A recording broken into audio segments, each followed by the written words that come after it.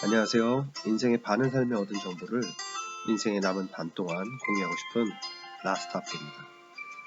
이미 아시는 분들도 있는 부족한 내용이지만 혹시 모르셨던 분들에게는 도움이 되길 바랍니다. 그럼 시작할게요. 네, 오늘의 주제는 광고 매체의 다양한 종류와 그 역사에 대해서 알아보도록 하겠습니다.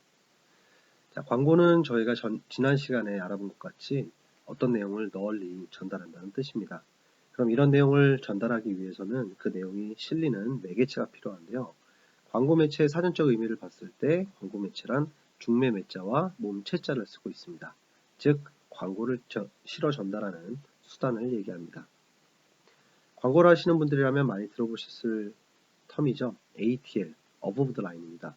정말 영어 표현 그대로 여러분 앞에 어떤 라인이 있는데 그 라인을 앞에 나가서 대중에게 얘기하는 Above the Line으로 나아가서 얘기하는 매체를 생각하시면 되고요. 광범위한 청중, 즉 대중에게 매스미디어를 사용하는 것으로 생각하시면 됩니다. 이런 ATL에는 텔레비전, 라디오, 신문과 잡지 같은 것들이 있는데요. 이러한 매체들을 우리나라에서는 4대 매체라고 부릅니다. 그만큼 파급력이 컸었죠. 그리고 여러분 매스컴이라는 얘기 들어보셨을 텐데요. 매스컴은 매스 커뮤니케이션 미디어의 약자입니다. 대중에게 소통할 수 있는 미디어라는 것이죠. 자, 다음으로는 BTL이 있습니다. BTL은 빌로우 더 라인의 약자고요. 여러분들 앞에 다시 한번 선을 그으신 다음에 그 선의 뒤에서, 그 선의 아래에서 이루어지는 모든 택티컬한 전략적인 액티비티를 BTL로 생각하시면 됩니다. 그래서 BTL은 지역이라든가 나이, 성별, 남성이냐 여성이냐에 따라서 다양한 조건을 가진 특정 고객들한테 직접적으로 홍보 활동이 가능하다고 보시면 되고요.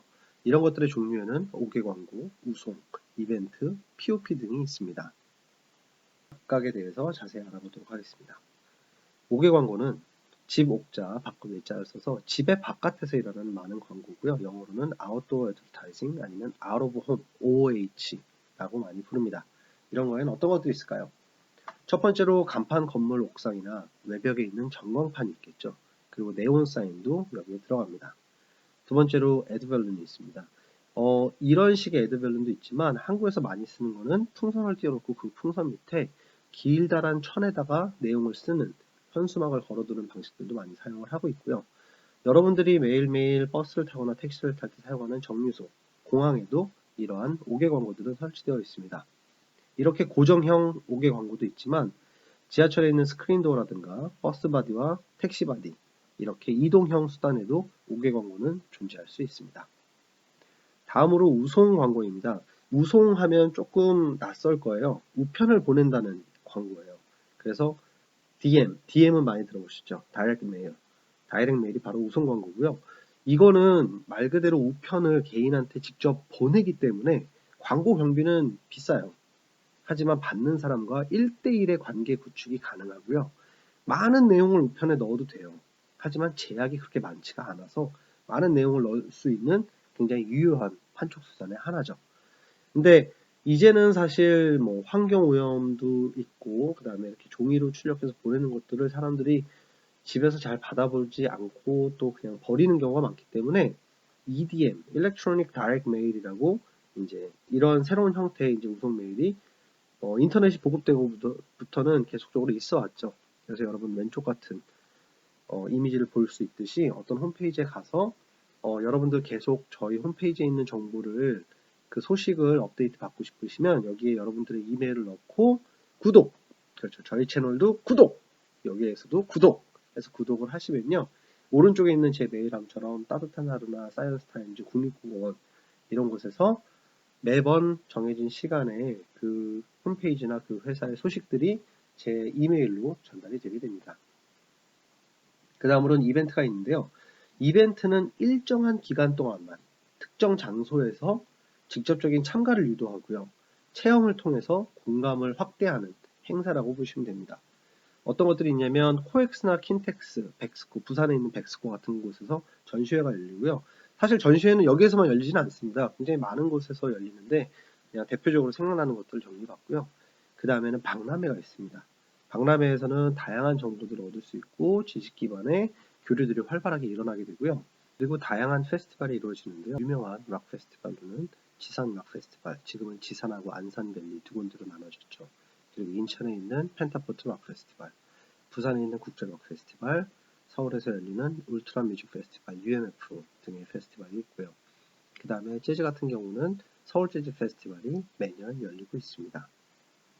마지막으로 팝업 스토어라고 하는데, 팝업 스토어는 그냥 일반적인 지형 위에 야외에 세워지기도 하지만요, 어떤 샵 안에 샵인샵 개념으로 설치가 되기도 합니다. 샵인샵 개념의 팝업 스토어에서는 항상 스태프들이 거기에 같이 상주하면서 거기에 방문하신 고객들과 계속 소통을 하고 공감을 끌어내기 위해서 노력하시는 걸 볼 수 있으니까요. 혹시 큰 대형 아울렛이나 길을 가시다 이런 팝업 스토어를 보시면 들어가서 편하게 한번 경험해 보시면 될 것 같습니다. 다음으로 POP입니다. POP는 Point of Purchase, 즉 내가 purchase, 구매를 하는 그 포인트, 그 순간을 얘기를 하는 건데요. 구매할 수 있는 장소, 거기에서 일어나는 모든 수단을 얘기를 하고 있습니다. 판매 촉진을 일으키는 모든 수단이라고 보시면 되고요.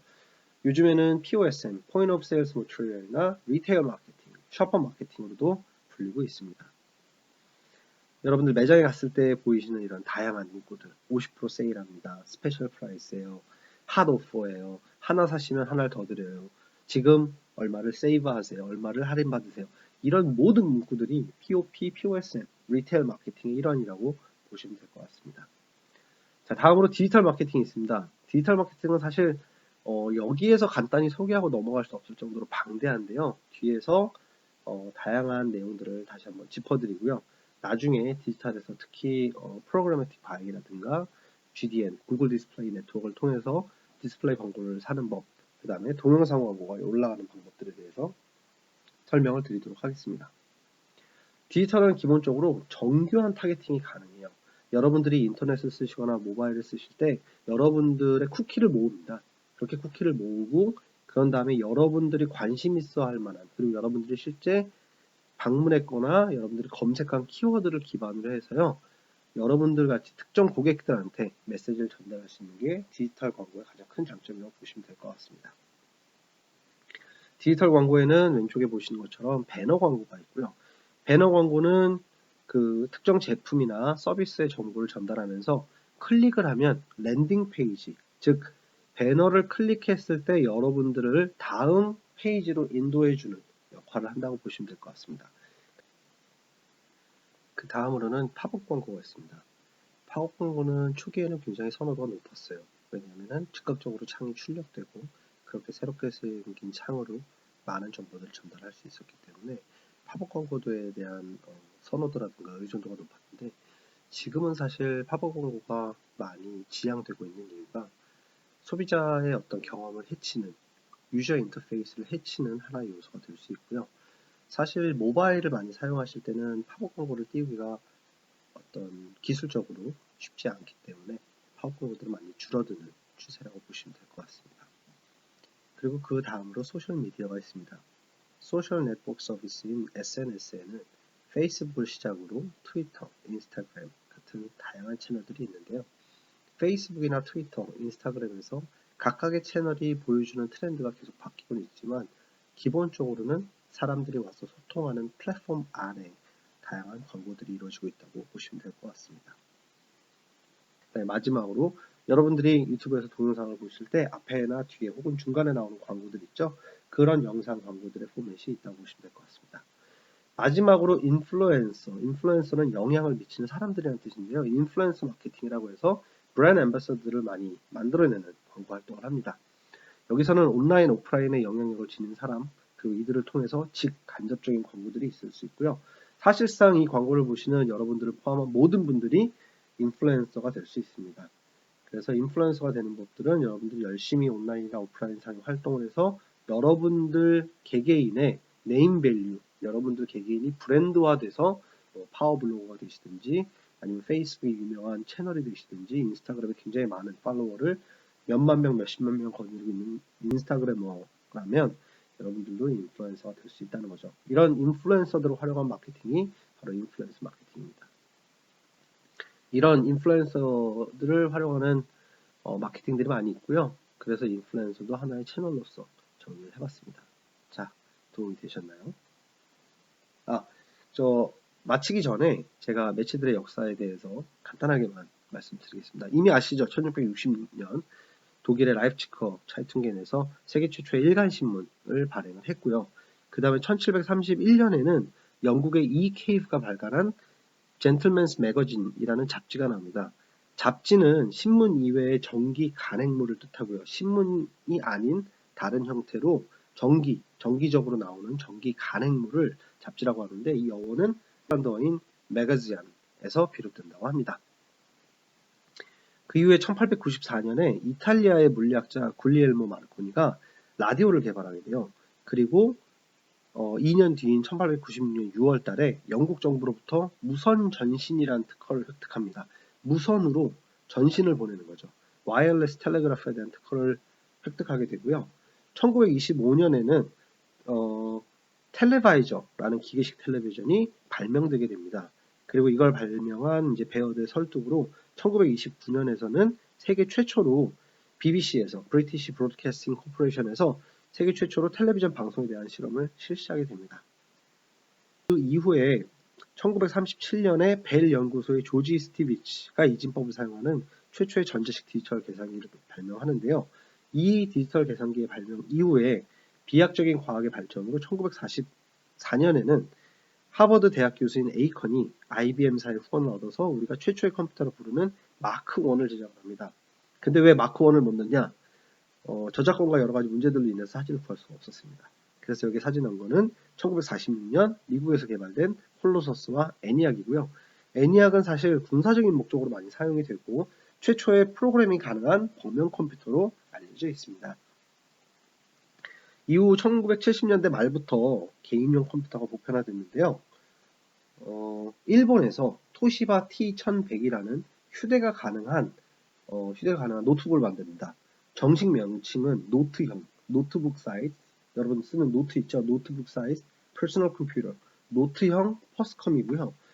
휴대가 간편해서 무릎 위에 올려놓고 사용한다는 의미로 랩탑 컴퓨터라고도 하게 됩니다. 그래서 요즘 뭐 노트북이라고도 하고 랩탑이라고도 하죠. 뭐 둘 다 맞는 얘기입니다. 그래서 이런 것들은 1985년 일본의 도시바에서 선보이게 되고요. 1989년도에는 이제 유럽 입자물리연구소의 팀 버너스리에 의해서 월드 와이드 웹이 개발이 됩니다. 월드 와이드 웹, 세계를 이어주는 대형의 통신망이라고 보시면 되고요. 이때부터 최초의 브라우저도 당연히 최초의 월드 와이드 웹을 개발한 팀에서 나오게 됩니다. 초창기에는 사실 이런 웹 브라우저들이 텍스트만 표현할 수가 있었어요. 그리고 웹사이트의 수가 너무 적어서 제한된 사람들만 사용을 될 수 있었을 뿐이죠. 하지만 1993년에 마크 앤드리슨이 일리노이 대학에서 모자이크를 발표했는데, 이거는 설치가 되게 간편하고 이용하기도 편했고요. 그 유닉스나 매킨토시, 마이크로소프트 윈도우, IBM PC 등 모든 컴퓨터 환경에서 작동했어요. 가장 중요한 점은 최초에 말씀드렸던 웹 브라우저들이 텍스트만 처리하던 거에 반면에 모자이크에서는 그래픽, 사운드, 비디오, 양식이나 북마크, 파일 히스토리 등 다양한 기능을 지원했어요. 이후에 제가 고등학교 때부터 처음 쓰기 시작했던 넷스케이프 내비게이터가 있었고, 그다음에 인터넷 익스플로러, 크롬 등이 개발이 됐습니다. 그리고 1992년도에 IBM에서 사이먼이라는 최초의 스마트폰을 개발합니다. 이걸 일반 대중에 공개를 했는데 너무 비싼 가격이라든가 이런 여러 가지 문제로 인해서 대중화에 어려움이 있었고요. 사실상 본격적인 시작은 2009년도에 애플에서 아이폰을 한국 시장에 출시를 하고 삼성에서 갤럭시라는 제품을 2010년부터 판매를 하기 시작합니다. 아마 이때부터 스마트폰의 보급과 스마트폰의 사용이 활발해졌다고 생각할 수 있을 것 같습니다. 자, 오늘 여기까지 다양한 매체의 종류들, ATL, Above the Line, 그 라인의 위에서 얘기하는 것과 BTL, Below the Line, 라인의 밑에서 택티컬하게 전략적으로 접근하는 광고들, 그 다음에 디지털 인플루언서를 이제 배워봤는데요. 자, 다음 시간에는 광고 매체별 특징에 대해서 알아보도록 하겠습니다. 도움이 되셨다면 구독 부탁드립니다. 알람을 켜두시면 새로운 컨텐츠가 업데이트 됐을 때 알림을 받으실 수 있습니다. 이 채널은 여러분의 소중한 광고 시청률을 통해 운영되고 있습니다. 흥미롭거나 관심 있는 광고가 있다면 한 번씩 봐주시면 감사하겠습니다. 그럼 다음 시간까지 행복하세요.